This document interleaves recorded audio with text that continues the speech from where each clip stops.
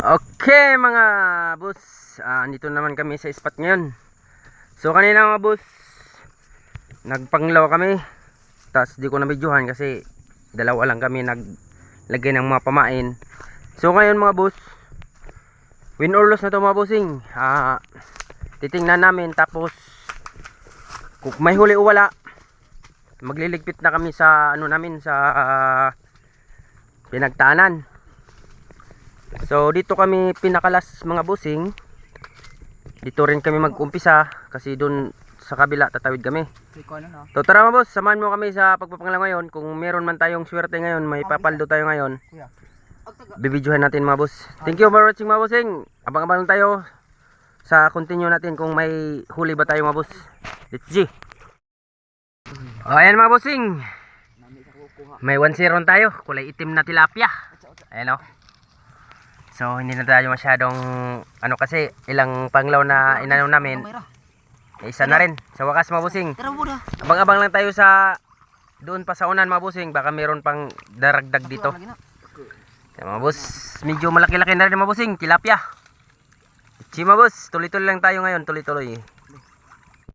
Ayan mga boss, may huli na naman tayo.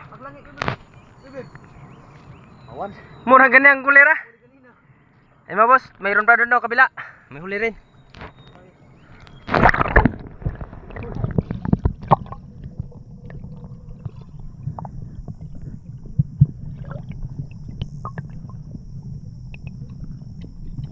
Muna ganyan ba dong?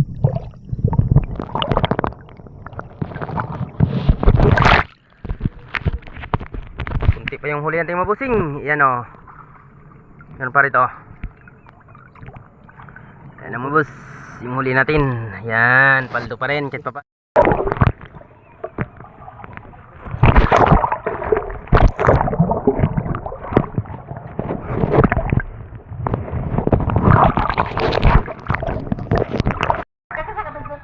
Ayan mga bossing, ito lahat yung kuha namin. Puro tilapia, may isang dalag pero ang liit.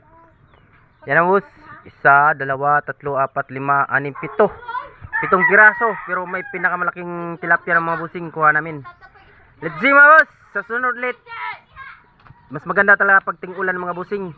Dahil pag walang ulan, ganito lang makukuha natin, puro tilapia lang. Kasi pag tang-ulan, baka makuha tayo ng malaking dalag. So mga bossing, lutuin ito na mamaya. Salamat sa panonood.